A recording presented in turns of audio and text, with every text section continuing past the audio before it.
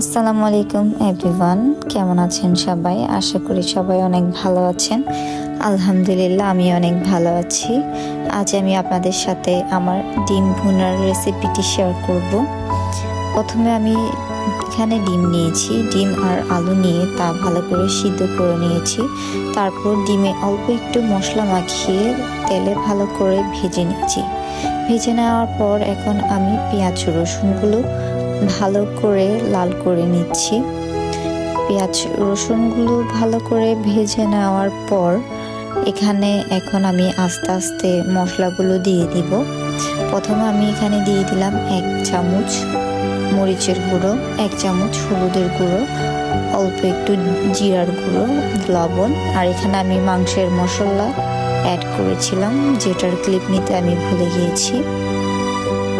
তারপর আমি এগুলো খুব ভালো করে নেড়ে চেড়ে ভালো করে কষিয়ে নিচ্ছি। অল্প একটু পানি দিয়ে দিলাম যেন মশলা নিচের দিকে না যায়। এই যে দেখেন, যখন এভাবে তেল করে উঠে এসেছে, তারপর আমি এখন এখানে গাজর এবং সিদ্ধ করা আলু দিয়ে দিব।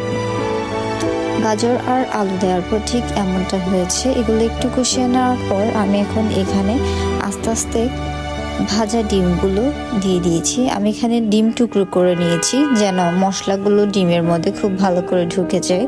এই তরকারিটা খেতে খুবই স্বাদ লাগবে। এরপর আমি এখন এখানে একটু পানি দিয়ে নিয়েছি। পানি দিয়ে ভালো করে রান্না করে নিব। এই যে আমার রান্না শেষ।